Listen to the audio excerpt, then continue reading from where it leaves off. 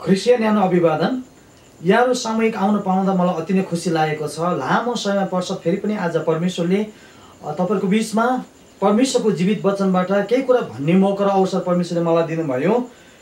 साँच्चै नै लामो समयको पछाडि करिब 3 वर्षको पछाडि आज फेरि पनि तपाईहरुको बीचमा म उपस्थित भइसकेको छु। अनि साथै साथमा एउटा छोटो परमेश्वरको जीवित वचनबाट जानकारी दिनुको निम्ति हामी क्रिस्चियनको जीवनमा नहुने कुरा आज म तपाईको बीचमा परमेश्वरको वचनबाट केही कुरा पुष्टि गर्न चाहन्छु। आशा गर्छु यो वचनले तपाईहरुको जीवनमा आशिष दिनेछ र तपाईहरुले यहाँबाट केही कुरा सिक्न पाउनुहुनेछ भन्ने म आशा अनि विन्ती गर्दछु। तपाईहरु हामी सबैजनालाई बाइबलको बारेमा हामीलाई थाहा छ। परमेश्वरले आफ्नो जीवित वचनबाट आफ्नो जिउँदो वचनबाट तपाईँ र मलाई प्रकाशित दिने काम गर्नुभएको छ, प्रकाश दिने काम गर्नुभएको छ। परमेश्वरको वचनमा प्रेरित 1 अध्यायको 8 पदमा परमेश्वरले जब पवित्र आत्मा तिमीहरूमाथि आउनुहुनेछ र तिमीहरू शक्ति पाउनेछौ, तिमीहरू यहुदियामा, सामरियामा अनि देशको अन्तिमसम्म मेरो गवाही हुनेछौ भनेर परमेश्वरले त्यहाँ भन्दै गर्दाखेरि हामीले के बुझ्न पाउँछौँ?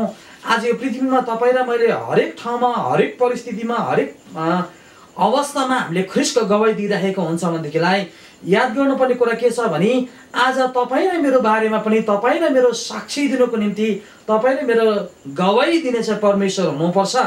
आज हामीले पुरानो करार धर्मशास्त्रमा परमेश्वरको जीवित वचनमा जब च्यापेर त अयुबको पुस्तकलाई हामी सबैजनालाई थाहा छ अयुबको बारेमा। अनि अयुबको पुस्तकबाट छोटो एउटा पदलाई एउटा केही खण्डन गर्न चाहन्छु तपाईहरुको बीचमा। हामी सबैजनाले सतर्क अपनाउनको लागि, किनभने हामी विश्वासीको जीवनमा यो कुरा आइलाग्ने नै छ। कतिचोटि आज हामीलाई थाहा नभएको हुन सक्छ। त्यसै कारणले गर्दा आज तपाईहरुलाई म तपाईको बीचमा एउटा परमेश्वरको वचनबाट केही जानकारी दिन चाहन्छु। हामीले अयुबको 1 अध्यायमा हामीले त्यसमा पढ्न पाउँछ भने यहाँ अयुबको वृद्धान्तको बारेमा, उसको जीवनी कहानीको बारेमा हामीले पाउँदछौँ, उसको बारेमा वर्णन गरेको हामीले पाउँदछौँ। अयुबको जीवनलाई हामीले हेर्छौँ भन्लाई पृथ्वीमा यति साह्रो नम्र व्यक्ति उहाँ हुनुहुन्थ्यो र उहाँको छोराछोरीले पाप गरे कि भनेर परमेश्वरको सामुने, परमेश्वरको वेदीमा जिउँदो बलिदान स्वरूप उहाँले थुमा लगेर चढाउने गर्नुहुन्थ्यो र आफ्नो छोराछोरीले गल्ती गरे कि, परमप्रभुको विरुद्धमा पाप गरे कि, परमेश्वरको हृदयमा चोट पुग्ने काम गरे कि भनेर पश्चातापको प्रार्थना अनि गर्ने गर्दथे। आज एक दिन के भएको छ? अयुब 1 अध्यायको 8 पदमा हामीले जब त्यहाँ पढ्छौँ भनेदेखिलाई स्वर्गमा स्वर्गदूतहरू सँगसँगै शैतान पनि गएको छ, जो स्वर्गबाट पतित भएको जसलाई हामी दियाब्लस भन्छौँ या त शैतान भन्छौँ या त मानिसहरूको शत्रु, जो अदृश्य शक्ति छ, अदृश्य रूपमा मानिसलाई प्रहार गर्ने उसले काम गर्दछ।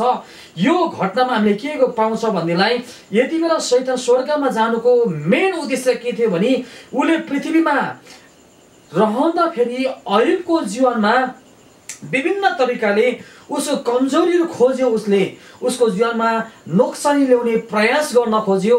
अयुब अति नै धनज्ञ व्यक्ति हुनुहुन्छ, अति नै परमप्रभुको डर र भयमा जीवन बिताउने व्यक्ति हुनुहुन्छ।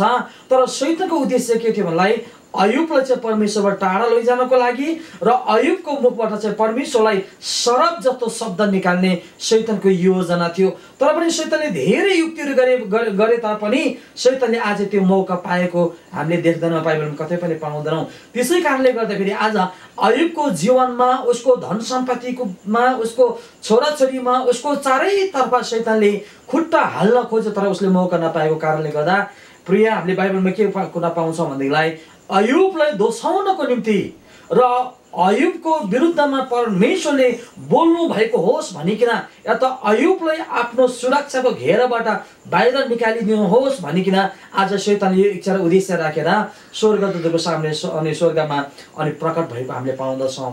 र परमेश्वर कति इमानदारीताको साथमा सोध्दै हुनुहुन्छ, त कहाँबाट आइस?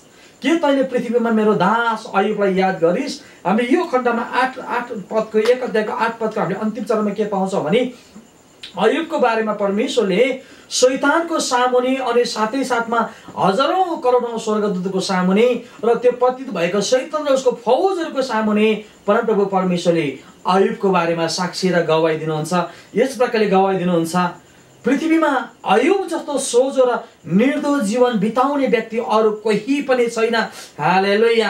अयुबको त्यो सोझोपन, त्यो निर्दोषपनले आज परमेश्वरसँग डर र भएको जीवन जिएको कारणले गर्दा आज शैतानले जतिसुकै प्रयास गरे तापनि आज उसको जीवनमा काम गर्ने मौका पाएन। उसको योजनामा ऊ सफलता हुन नपाएको कुरा हामीले पाउँछौँ। अनि साथै साथमा स्वर्गमा परमेश्वरसँग गएको स्वर्गदूतहरूसँगै स्वर्गमा गएको हामीले कुरा चाल पाउँदछौँ।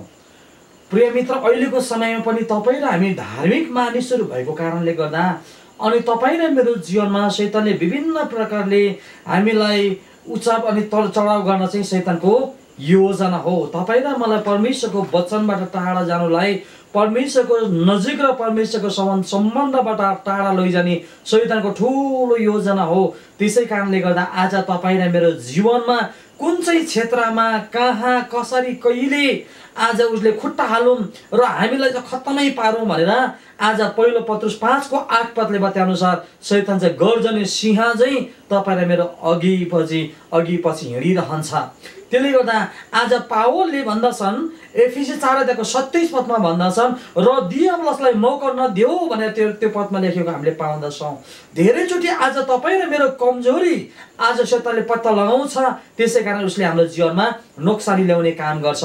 याद गर्नुहोस्, आज पावलले त्यहाँ भन्दै गरेको शब्दमा दियाबलसलाई मौका नदिनुहोस् भन्ने शब्द एउटा अङ्ग्रेजी शब्द त्यहाँ छ, फुट होल भन्ने एउटा शब्द छ, जसलाई आज ग्रिक भाषामा टपोस भनेर भन्छ, जसलाई चाहिँ टपोग्राफी भने भन्दछ, अथवा जोग्राफिकल भौगोलिक इलाका भनेर त्यसलाई अर्थ लगाउँदछ। त्यसै कारणले आज पावलले भन्न खोजेको अर्थ चाहिँ के हो भनेदेखिलाई आज तपाईँ र हामीले हाम्रो आत्मिक जीवनको क्षेत्रमा कुनै पनि भागमा हामीले शैतानलाई खुट्टा हाल्न दिनु हुँदैन। यदि हाम्रो जीवनमा शैतानले अलिकति थोरै मात्र खुट्टा हाल्ने मौका पायो भने नि तपाईँ र मेरो जीवनलाई भतभुङ्ग बनाउने, लथलिङ्गै बनाउने आज शैतानको योजना हो। त्यसै कारणले गर्दाखेरि आज पावलले भन्छ हाम्रो आत्मिक जीवनको कुनै पनि भागमा शैतानलाई खुट्टा हाल्ने मौका नदिनुहोस् भनेर आज पावलले भन्दछ।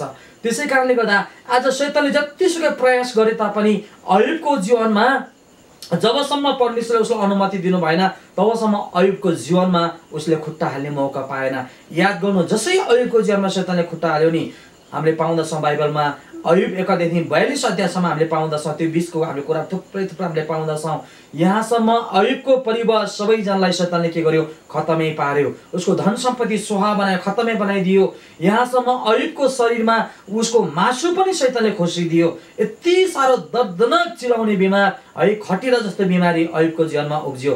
तर पनि परमेश्वरले अयुब एउटा सोझो र निर्दोष व्यक्ति भएको कारणले गर्दा अयुबलाई शैतानको हातमा सुम्पिने काम परमेश्वरले कदापि गर्नु भएन र परमेश्वरले भन्नुभयो उसको प्राणलाई चाहिँ तैँले छुन पाउने छैनस्।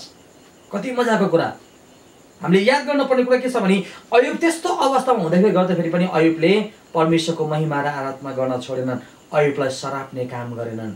र अन्तमा हामीले के पाउँदछौँ? अयुब 42 अध्यायमा हामीले 5 पद र 42 अध्यायको 5 पद हेर्छौँ भने अयुबले के भन्नुहुन्छ भनेदेखिलाई, प्रभु मैले तपाईँको बारेमा त सुनेको मात्र थिएँ, अहिले त म आफ्नै आँखाले तपाईँलाई देख्दैछु।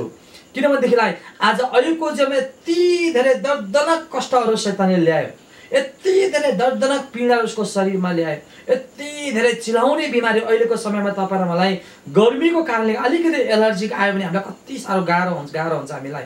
यति साह्रो हामी दबाई किन्छौँ, खान्छौँ, कनाउँछौँ, इत्यादि हामी गर्छौँ। तर याद गरौँ त अयुबको शरीरमा जस्तो प्रकारले शैतानले त्यो चिलाउने बिमार हालिदियो नि, आज बाइबलमा यसो लेखेको छ, आफ्नो चिलौटो मार्नको निम्ति अयुबले हाँडीको खपेटाले कनाउने गर्थ्यो। यति मात्र होइन, खरानीमा लडीबडी गर्ने गर्थ्यो। तर पनि अयुबले कहिल्यै पनि परमेश्वरलाई दोस्याउने काम चाहिँ गरेन। तर यो किन भएको भन्दाखेरि अयुबको जीवनमा दुईवटा कुरा थियो, परमेश्वरले दुईवटा कुराको गवाही दिनुभयो। अयुब जस्तै पृथ्वीमा सोझो र निर्दोष व्यक्ति कोही पनि छैन भने परमेश्वरले शैतानको सामुने अनि गवाही दिनुभयो। प्रिय, आज तपाईँ र हामी संसारमा हुँदै गर्दाखेरि आज परमेश्वरले तपाईँ र मेरो गवाही दिनुपर्छ। एउटा छोटो कुरा तपाईँको बिचमा राख्न चाहन्छु। आज तपाईँ र मैले परमेश्वरलाई पक्रेका छौँ कि परमेश्वरले तपाईँ र मलाई पक्रेको हुनुहुन्छ? यो कुरामा धेरै तपाईँ र मैले ध्यान पुर्याउनुपर्छ। यदि तपाईँ र मैले मात्र प्रभुलाई प्रभु भनेका छौँ, हामीले मुखले मात्र उहाँलाई स्वीकार गरेका छौँ, तर हाम्रो आत्मिक क्षेत्र भनेको आत्मिक जीवनमा हामीले लथलङ्गै जीवन जिएका छौँ भने तर तपाईँ र मैले मात्र परमेश्वरलाई समातेको हुन्छ, परमेश्वरमाथि विश्वास र भरोसा गरेका हुन्छौँ, तर परमेश्वरले हामीलाई पक्रेको पनि हुनुहुन्न।